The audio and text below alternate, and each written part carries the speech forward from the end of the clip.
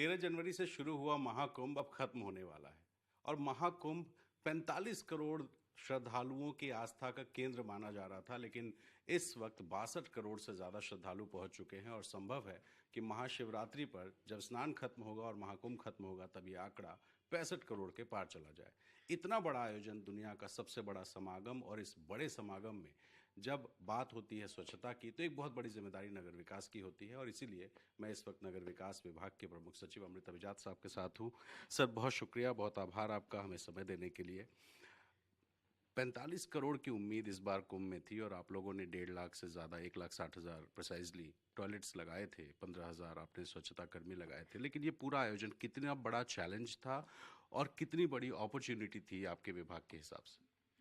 निश्चित रूप से हमारी तैयारी 40-45 करोड़ के लोगों के लिए थी और जब महाकुंभ शुरू हुआ और जिस प्रकार से लोगों का उत्साह, लोगों की आस्था और उस आस्था की जीत का जो हमने सामने सब लोगों ने देखा है, तो आप ये समझिए कि शायद ही कोई दिन रहा होगा ऐसा जिसमें कि 1 करोड़ से कम लोग आए। और स्नान के दिनों में तो बहुत ज़्यादा संख्या में है और जैसा आपने बताया कि ये फिगर 65 करोड़ प्लस क्रॉस कर सकता है। आप समझ सकते हैं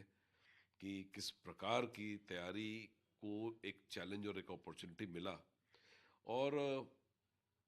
पूरे प्रखंड में एक आनंद का एहसास जो होता है, खास तौर से जब चूंकि ये समाप्ति के दौर पे है और कोई टायर्डनेस जो है लोगों में अभी भी नहीं है और इतने उत्साह से आ रहे हैं कि अगला भी जो 2 दिन गुजरने वाला है उसकी हम लोगों ने पूरी तैयारी की हुई है, चाहे वो सिक्योरिटी के पॉइंट ऑफ व्यू से हो, चाहे सैनिटेशन के पॉइंट ऑफ व्यू से हो और ओवरऑल जो स्ट्रक्चर्स हैं। मुख्य रूप से मैं कहूँगा 2 चीज़ का हम लोगों ने माननीय मुख्यमंत्री जी का बहुत ही स्पष्ट निर्देश रहा कि स्वच्छ कुंभ और सुरक्षित कुंभ एंड डिजिटल का रहेगा। बाकी सारी हम लोग इंफ्रास्ट्रक्चर की तैयारी की थे। तो सुरक्षा में आप देख सकते हैं कि खोया पाया का वर्किंग हो या किसी एक भी मामूल से कोई लॉ एंड ऑर्डर की बात हो, सारा कुछ उसको चाक चौबंद रखा गया। डिजिटल मॉनिटरिंग की गई, गाड़ियों का मूवमेंट हो, आइडेंटिफिकेशन ऑफ प्रॉब्लम्स हो, एक बहुत ही बढ़िया से उसको निभाया गया। जो सफाई की व्यवस्था थी उसमें निश्चित रूप से 15,000 लोग मेला क्षेत्र के अंदर और लगभग 10,000 लोग मेला क्षेत्र के बाहर प्रयाग सिटी में लगाए गए। आप 37 लाख से ज़्यादा तो हम लोगों ने लाइनर बैग्स यूज़ किए और 1,60,000 जो टॉयलेट्स बने थे उसका भरपूर इस्तेमाल किया गया। बाद में हम लोग को कुछ संख्या बढ़ानी भी पड़ी, 3-4 जो संगम का ये जो एरिया होता है या यूरिनल्स को बढ़ाया गया। 120 टिपर वैन्स लगाए गए और एज आई स्पीक टुडे लगभग 20,000 मेट्रिक टन गार्बेज कह लें या कूड़ा, चाहे वो ऑर्गेनिक वेस्ट हो, चाहे वो कपड़े हो, चप्पल हो, प्लास्टिक वेस्ट हो, 650 का नॉर्मल का वहाँ मेला का निकल रहा है on an average day. But जिन दिनों में ज़्यादा लोग आते हैं, जैसे स्नान का दिन है, तो 1,000 प्लस भी मेट्रिक टन गया है। और इन सारों को ले जाना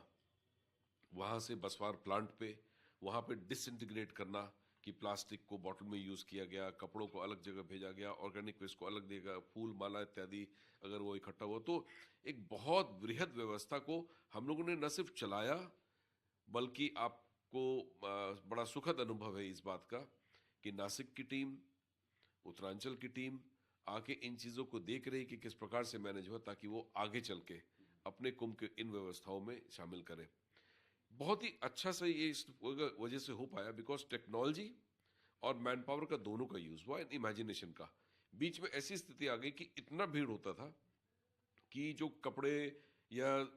नारियल की वो फेंकने का या अगर कोई भी सामान अगर मिलता था तो इतना जगह नहीं था वर्कर्स के पास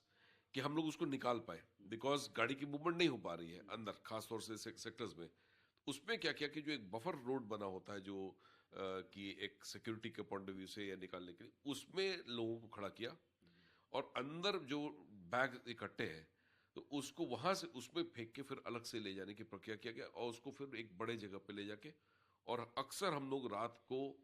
12 बजे से 4 बजे को यूज करने की भी कोशिश की बिकॉज उस वक्त ऐसा मानना था कि थोड़ा भीड़ घटेगा, परंतु ऐसा कभी भीड़ घटा नहीं। परंतु ये जरूर हुआ कि हम ट्रैक्टर वगैरह को ऑन नॉन बिदिंग डेट्स कम से कम रात में ले जाकर टिपर वैन्स के माध्यम से ले गए। ये एक बहुत बड़ा चैलेंज था। दूसरा ये था कि टॉयलेट का जो यूज है, जो सैनिटेशन का यूज है, सबसे बड़ी जीत जो माननीय प्रधानमंत्री जी ने जो स्वच्छ भारत अभियान शुरू किया तो हम लोग का ये मानना है कि इनका यूज देखिए किस प्रकार से बढ़ा है कि इतना प्रोवाइड करने के बाद भी लोग और भी डिमांड कर रहे हैं, उसको यूज कर रहे हैं। तो मैं समझता हूं कि हिंदुस्तान के लिए हमारे लिए सबसे बड़ा इस देश की जो विक्ट्री है ये, कि जो डिमांड में नहीं था, जो सोच में नहीं था, वो अब सोच में भी है, डिमांड में भी और यूज में भी है। तो स्वच्छ भारत अभियान का जो सबसे बड़ी जीत ये है कि toilet is now a necessity. ठीक है, जो कि पहले लोग अलग तरीके से प्रयोग करते थे, वो अब इसको यूज कर रहे हैं, परफॉर्मेंस डिमांड कर रहे हैं। तो स्टेट के लिए सबसे अच्छी जो चैलेंज और अपॉर्चुनिटी ये है कि ना सिर्फ टॉयलेट प्रोवाइड करें, बट क्लीन टॉयलेट्स रखें, उसकी सफाई इंश्योर करें, ड्राई टॉयलेट्स को यूज करें, जो पानी हम लोगों ने प्रबंध किया वो बाहर से ले जाके इसका वेरी सक्सेसफुल। एंड मैं समझता हूं कि इसका जो फिर कलेक्शन प्रीफैब की हमारी यूनिट्स लगी हुई थी, जो टेम्पररी एसटीपीज कह सकते हैं, ये एसटीपीज उसको सारा फिर प्रोसेस करता है। ये एसटीपीज अब बाहर ज़्यादा लगाए जा रहे हैं। तो ये दूसरी बात हुई सैनिटेशन की। आप ये समझिए कि 10,000 लोग प्रयाग सिटी में लगे रहे एवरीडे क्लीनिंग, चाहे वो रेलवे स्टेशन से बाहर निकलने वाले लोग, सोने में, रैन बसेरों में, यात्री छदक में, होटल्स में, सारा कुछ कोऑर्डिनेटेड रहा। थर्ड एस्पेक्ट जो बहुत इंपॉर्टेंट है, जो कि इस महाकुंभ का एक बहुत बड़ा विक्ट्री माना जाएगा, कि लगभग 14-15 हजार करोड़ जो हम लोगों ने खर्च किया, उसमें डिजिटल मैनेजमेंट ऑफ इश्यूज हो सकते हैं और उसको सकुशल इंप्लीमेंट कराया जा सकता है। उसका एक बहुत बड़ा परिणाम ये है कि नगर निगम प्रयाग में 5 एस्पेक्ट्स पे एआई बेस्ड इंटरवेंशन किए, चाहे वो गंदगी लोकेट करने में, पॉट होल्स लोकेट करने में, साइनेजेस अगर गलत लग गए हो,